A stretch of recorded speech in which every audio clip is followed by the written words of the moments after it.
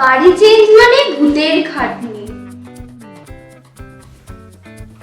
ঘর গোছানো তো প্রায় শেষ, আমি কিছু বাজার করে আসি।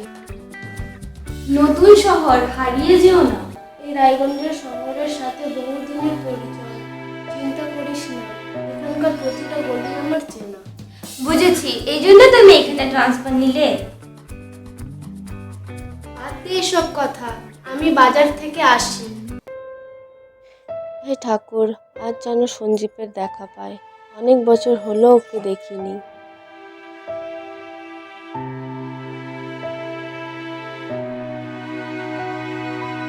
আরে তুমি কেমন আছো? ভালো আছি, তোমার সুন্দরী বউ কেমন আছে? তোমার মা বাবা আমাকে বিয়ে করতে নিষেধ করেছে জানি, এখন দেখছি বউয়ের সম্বন্ধ কথা বলতে নিষেধ করেছে। তোমার মতো এত ভীতু মা বাবার ভদ্র ছেলে দেখিনি কখনো। অবশ্যই এর জন্য তোমাকে আমি আজও দিতে পারিনি। এসব কিছু না, আসলে আমার বউ আর নেই। নেই মানে? সে অনেকদিন হলো মারা গেছে। তোমার এত বড় একটা অ্যাক্সিডেন্ট ঘটে গেল, তবুও একটু জানানোর প্রয়োজন মনে করলে না? তোমার প্রতি এত বড় অন্যায় করার পর আমি কোন অধিকারে জানাবো? তুমি তো কোনো অন্যায় করনি, অন্যায় যদি করে থাকে তবে সেটা তোমার বাবা মা। না, তাও তোমার বাদ কথা দাও আমার। এসব কথা। আগে বলো তোমার কয় ছেলে মেয়ে? আমার এক ছেলে, আর কেউ নেই। তোমার কয় ছেলে মেয়ে? সব বলবো, আগে বলো তোমার ছেলের বয়স কত? 20+, কলেজে পড়ে। এত বড় হয়ে গেছে? কোন কলেজ? আচ্ছা, পরে কথা বলবো, আমাকে অফিসে যেতে হবে। আচ্ছা ঠিক আছে, তবে তোমার নাম্বারটা দাও। নাও, 8250560535। হয়ে গেছে।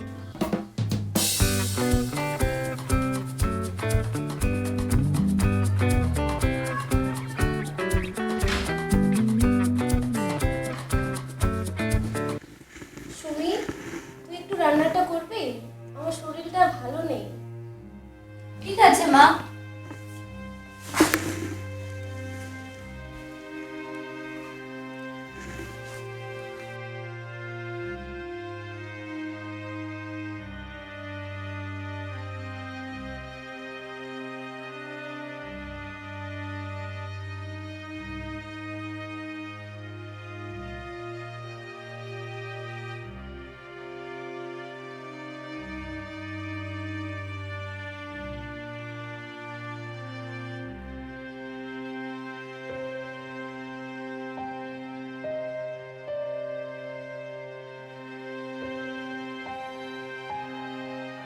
ঈশ্বর, আজ তাকেও একা করে দিয়েছ, আর আমাকেও। তবুও আমাদের মিলন করালে না। আমি আর সঞ্জীবকে হারাতে দেব না, তার জন্য যা করার সব করব। বুদ্ধি খাটিয়ে চলতে হবে, যাতে সাপও না মরে, লাঠিও না ভাঙে।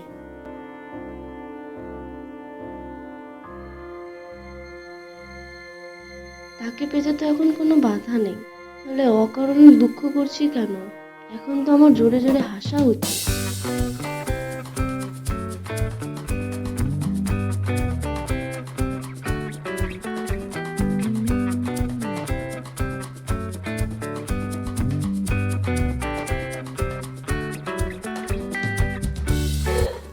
মা, মা, মা।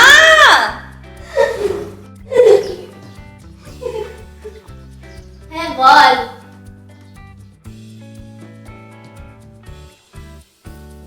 হাসছো কেন? কিছু না, একটা পুরনো কথা মনে পড়ে গেছিল তাই। এভাবে কেউ হাসে? আমি তো একেবারে ভয় পেয়ে গেছিলাম। সরি। তোমার বড় শরীর খারাপ? সরি বাবা, সরি।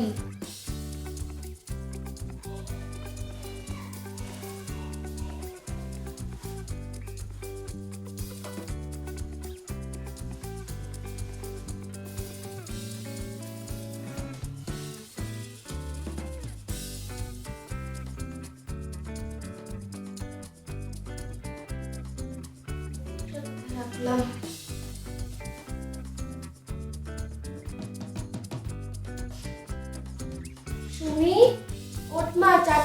গেছে।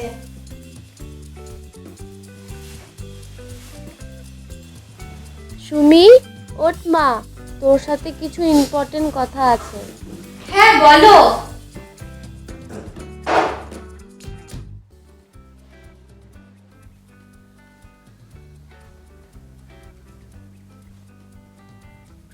চোখে মুখে জল দিয়ে আয়, চা খেতে খেতে বলবো।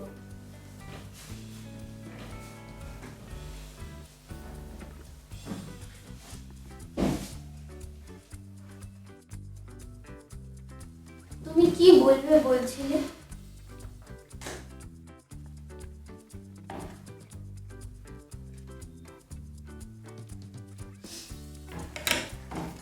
হ্যাঁ, সেটাই বলবো। তার আগে তুই একটা কথা দে। কি কথা? তুই আগে কথা দে, আমার একটা কাজ করে দিবি, সেটা যতই কঠিন হোক। আমার যতই কষ্ট হোক, তোমার মুখে হাসি দেখার জন্য আমি সব করতে পারি। শোন তবে, বলো। আমার এক্স বয়ফ্রেন্ড এই শহরেই থাকে। ও আমার জীবনের প্রথম ও শেষ। ওকে আমি প্রচণ্ড ভালোবাসি, কিন্তু ও 10 বছরের প্রেমকে ভুলে গিয়ে মা বাবার পছন্দের মেয়েকে বিয়ে করেছে। এখন সময় এসেছে প্রতিশোধ নেওয়ার। কিভাবে?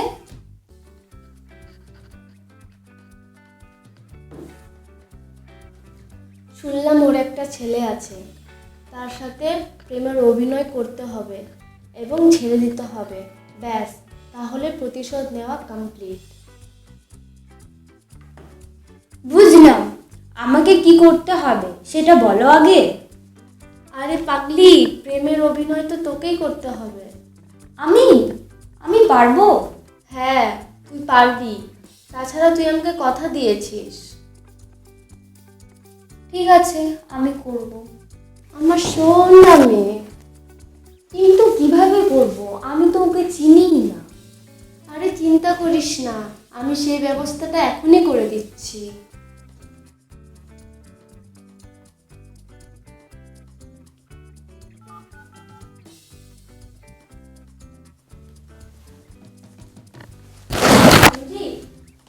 আমি তোমার রিলা বলছি।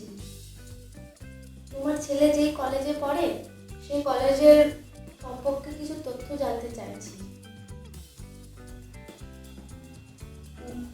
না, এভাবে এক কথায় বললে হবে না, আমার পুরো ডিটেলস লাগবে। আমার কাছে তোমার ছেলের নাম্বার তো নেই। আচ্ছা ঠিক আছে, তবে পাঠিয়ে দাও। ওকে, বাই।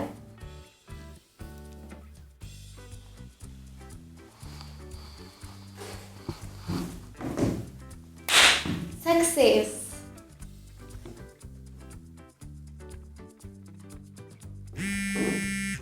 দেখো দেখো, পাঠিয়েছে। মা আমার ভয় করছে কিন্তু। ভয় কিসের? আমি যা যা বলছি সেই মতো কর, কাজটা হয়ে যাবে। কি করতে হবে বলো? প্রথমে ছেলেটার নম্বরে মিস কল দিবি, তারপর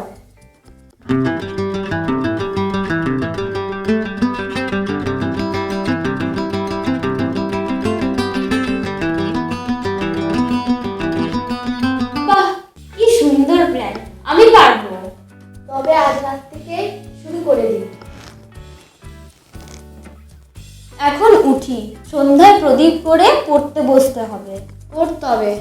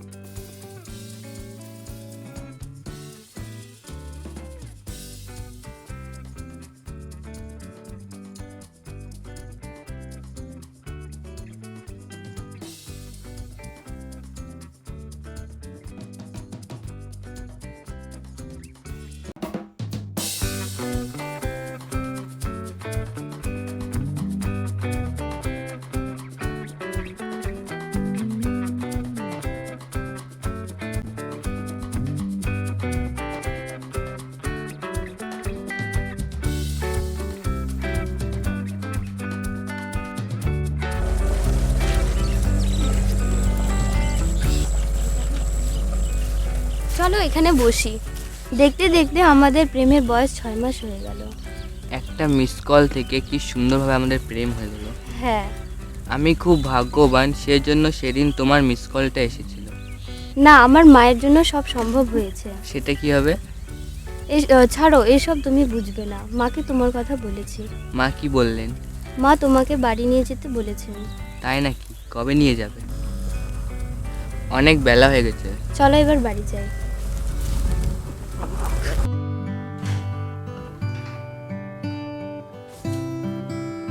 আজ আমার অফিস ছুটি, সেজন্য আজ তোমাকে ডাকা। থাক থাক বাবা, বসো। তোমার নাম কি? সুমন। সুমন কি? আরে তোমার টাইটেল কি? হ্যাঁ, চৌধুরী। মা, ওর নাম সুমন চৌধুরী। বুঝলাম, তোমার খুব নাম করে শুনি। আমারও খুব ভালো লেগেছে তোমাকে। ধন্যবাদ আন্টি। তোমাদের সম্পর্কের কথা তোমার বাবা জানে? হ্যাঁ, বাবা সম্পূর্ণ রাজি।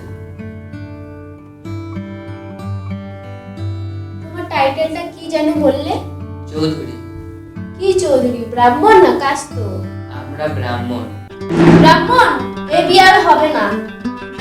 কিন্তু কেন? কারণ আমরা ব্রাহ্মণ নই। তাতে কি হয়েছে?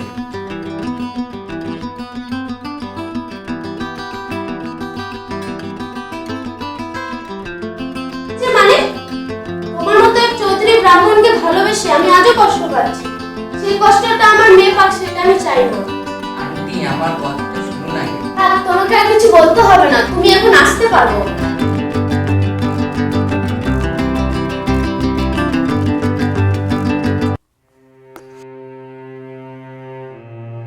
তুই কান্না করছিস কেন? কিছু না মা, এমনি। বুঝলাম, প্রেমের অভিনয় করতে করতে তুই সত্যিই ভালোবেসে ফেলেছিস। কাঁদিস না, যাই হয়ে যাক আমি তোদের বিয়ে দিবই। তুই শুধু আমার কথা মতো চল। সত্যি সত্যি সত্যি সত্যি। আর শোন বাবা, সুমনকে ওর বাবাকে সাথে করে আসতে বল। আমি এক্ষুনি ফোন করছি।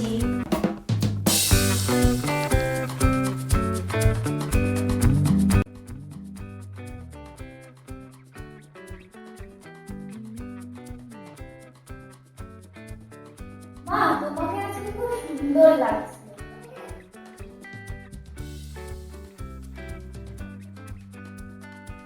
চুলে কালার করার পর তোমাকে তো চেনাই যাচ্ছে না। ও তাই?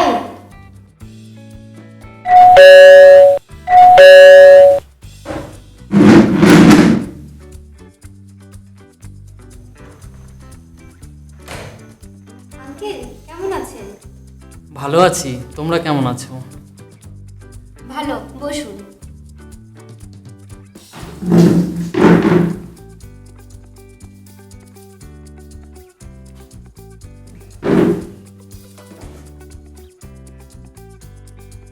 তোমার মা কোথায়? মা ঘরে আছে, আসছে। মা, এসো। হ্যাঁ, আসছি।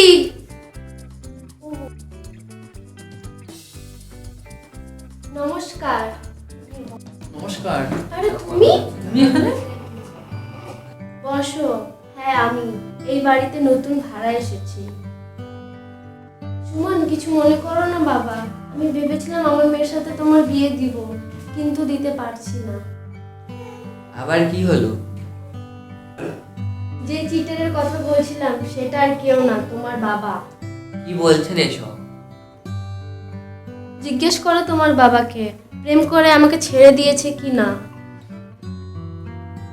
কিন্তু তার শাস্তি আমরা দুজন পাবো কেন? তুমি তোমার বাবার মতো আমার মেয়েকে ঠকাবে না, তার কি গ্যারান্টি আছে? হ্যাঁ, একটা উপায় আছে। প্লিজ আন্টি, উপায়টা বলুন। আমি আপনার সব শর্ত মানতে রাজি। তোমার বাবা যদি আমাকে বিয়ে করে, তবে আমি তোমাদের দুজনের বিয়ে দেব।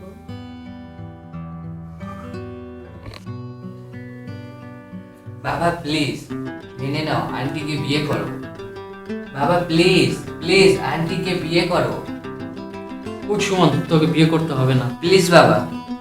উঠ, বাড়ি চল। প্রচুর বাজার করতে হবে। কিসের বাজার? কেন, বিয়ের বাজার। কার বিয়ে? কার আবার? আমাদের 4 জনের বিয়ে। থ্যাংক ইউ বাবা।